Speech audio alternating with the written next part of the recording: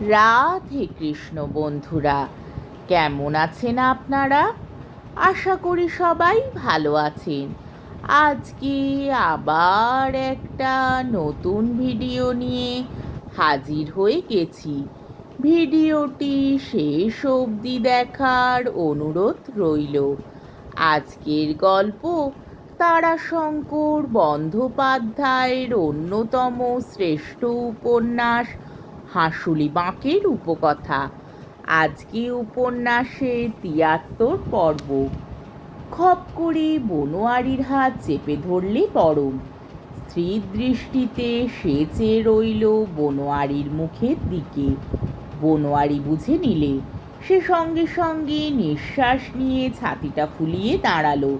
বললে, মার করবি? অর্থাৎ মারামারি করবি? পরম বললে, করালিকে কি বলেছিস? আমি ডাকাত? আমি দাগী? বনোয়ারি হেসেই বললে, নোস তু সব, তুই নিজেই বল কেনে।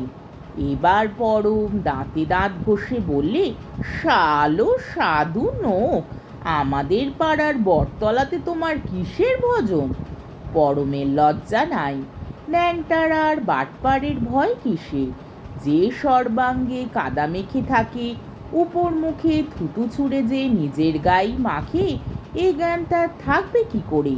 নিজের ঘরের মেয়ের কেলেঙ্কারি নিয়ে ঝগড়া করা আর উপর দিয়ে থুতু ছোড়া একই কথা। জ্ঞানও নাই, ঘেন্নাও নাই। যার ঘেন্না নাই তার লজ্জাও নাই। কিন্তু বনোয়ারির লজ্জা আছে। কেলেঙ্কারি ভয় তাকে করতেই হয়। গোটা কাহার পাড়ার মাতব্বর সে। আগেকার কাল ছিল আলাদা, এ কাল আলাদা। আর এ কালের হালচাল বনোয়ারিরাই বাপ বেটা দু পুরুষে প্রতিষ্ঠা করেছে কাহার পাড়ায়। মেয়েদের পানে তাকিও না, মানে না সবাই, তবু অনেক হাল ফিরেছে। সুতরাং নেশার মধ্যেও বনোয়ারি মাথা ঠিক রেখে বললে, হাত ছাড় পরম, ওসব মিছে বাজে কথা। ও শালো, পানা আমাকে বলেছে, সে নিজের চোখে দেখেছে তোমার কীর্তি। চাপা গলায় অকুণ্ঠভাবেই বলে গেল পরম। একবার বাঁধল না মুখে। বনোয়ারি চুপ করে রইল। না, উত্তর দেবে না সে। পাপ তার বটে, তবু উত্তর তার আছে। সে উত্তর দিতে গেলে কালো শশীকে দোষ দিতে হয়। পরমের অবহেলার জন্য সেই বনোয়ারিকে টেনেছে পাপের পথে। বনোয়ারি তাকে ডাকে নাই, কিন্তু সে কথা সে বলবে না, বলতে পারবে না। পরম হঠাৎ তার গালে ঠাস করে এক চড় বসিয়ে দিলে। বললে, কি শালো, চুপ করে আইছো যে, ধার্মিক মাতব্বর? আর আত্মসংবরণ করা সম্ভবপর হলো না বনোয়ারির পক্ষে। সে হুঙ্কার দিলে, পরম। মত্ত পরম দুহাতে শূন্য লোক অনুসন্ধান করে বললে, লাঠি, আমার লাঠি। মনের উত্তেজনায় পরম লাঠি ফেলে দিয়ে দুহাতে বনোয়ারির হাত চেপে ধরেছিল। খেয়াল নাই, মুহূর্তে বনোয়ারি পরমের ঘাড়ে লাফিয়ে পড়ল। তার হাতে লাঠি নাই। পরম লাঠি পেলে মানুষ খেকো বাঘ। লাঠি পরমকে আর কুড়িয়ে নিতে দেবে না সেই। এরপর আরম্ভ হলো যুদ্ধ। নিঃশব্দে সেই নির্জন প্রান্তরের মধ্যে তারা দুজনে বন্য পশুর মতো পরস্পরকে আক্রমণ করলে। জড়াজড়ি করে দুজনে এ অঞ্চলের পাষাণের মতো মাটির ওপর পড়ে গড়াতে লাগলো। কখনো এ ওপরে, কখনো ও ওপরে। পরম ডাকাত, পরম খুনে। সে উপরে উঠে নিষ্ঠুরভাবে বনোয়ারিকে আঘাত করবার চেষ্টা করছিল। কোষকেদের ঘরের ছেলে বনোয়ারির গায়ে শক্তি বেশি। সে তাকে প্রতিহত করলে, কিন্তু মারাত্মক আঘাত করতে চাইল না। না, তা সে করবে না। হাঁসুলি বাঁকের উপকথার রাত্রে দাঁতালে দাঁতালে লড়াই হয়। গাছের মাথায় হনুমানের দলে বীরে বীরে যুদ্ধ হয়। সুচাঁদ বলে, হাঁসুলি বাঁকে মাঝে মাঝে মরদে মরদেও খুনোখুনি অক্তগঙ্গা হতো সেকালে।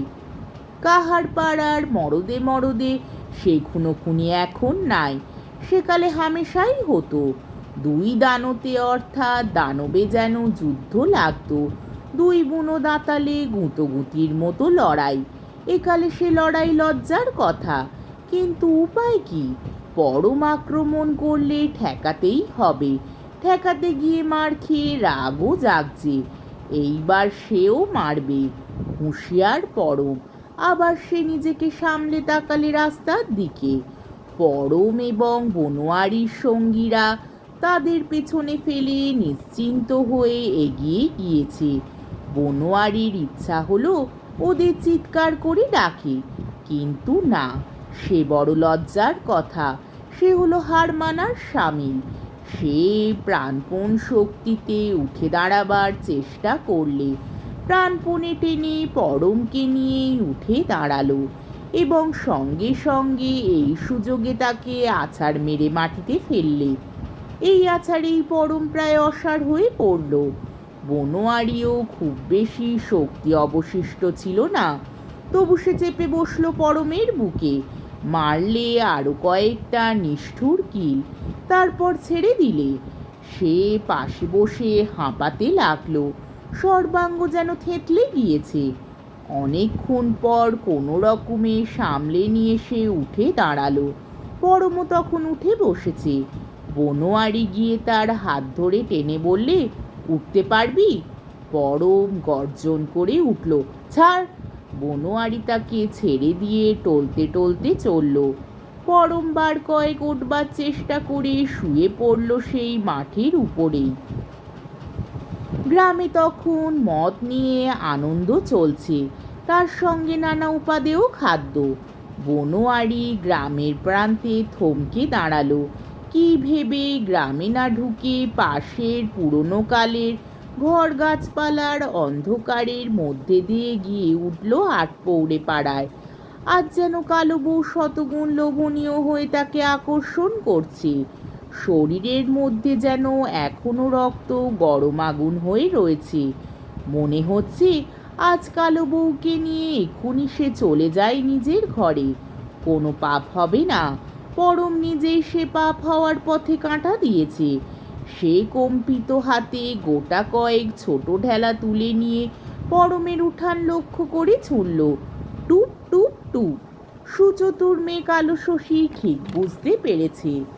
আবছা অন্ধকারে সাদা মূর্তি উঠানে এসে দাঁড়ালো।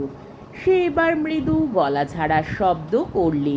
চতুরা কালো বউয়ের কান এদিক দিয়ে বেয়ারা তারের মতো খুট করলেই তারে সারা জাগে। চকিত দৃষ্টি হেনে বনোয়ারিকে দেখে ধীরে ধীরে এগিয়ে এলো সে। মুখ ভরে হেসে বললে, তুমি? ঠিক বুঝেছি আমি, সেই বটে। হ্যাঁ, কিন্তু এ কি, হাঁপাইছে কেন? পরমের সাথে হয়ে গেল এক হাত। গায়ে হাত দিয়ে চমকে উঠল কালো বউ। এ কি, রক্ত? হ্যাঁ, সে পড়ে আছে মাটি। কালো বউ বিন্দু মাত্র ব্যস্ত কি উৎকণ্ঠিত হলো না। সে কিছুক্ষণ তার দিকে চেয়ে রইল মুগ্ধ দৃষ্টিতে। তারপর বললে, দাঁড়াও, অক্ত টক্ত ধুয়ে ফেলো আগে। ঘটির জলে যাবে না, হাসলে বনোয়ারি। অক্ত ধুতে চান করতে হবে। বনোয়ারির হাত ধরে বললে, চলো তবে নদীতে। কাঁচের পাড়া জল, ধুয়ে মুছে চান করবা, চল। বনোয়ারি খুশি হয়ে উঠল। আর কালো বউকে সবচেয়ে বেশি মনোরমা মনে হচ্ছে।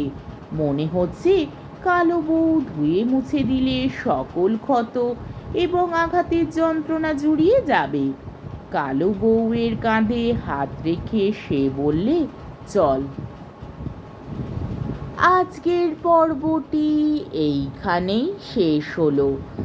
আমার ভিডিওটি যদি আপনাদের ভালো লেগে থাকে তাহলে আমাকে কমেন্টের মাধ্যমে আপনাদের মূল্যবান মতামত অবশ্যই জানাবেন, এবং আমার ভিডিওটিকে লাইক ও শেয়ার করার ও আমার চ্যানেলটিকে সাবস্ক্রাইব করারও অনুরোধ রইল। তাহলে আজকের ভিডিওটা এই অবধি। পরের দিন আবার এই উপন্যাসেরই ৭৪ পর্ব নিয়ে হাজির হয়ে যাব।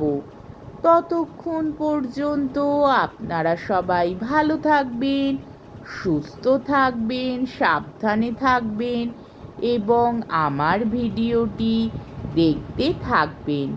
তাহলে আজকে আসি। রাধে কৃষ্ণ।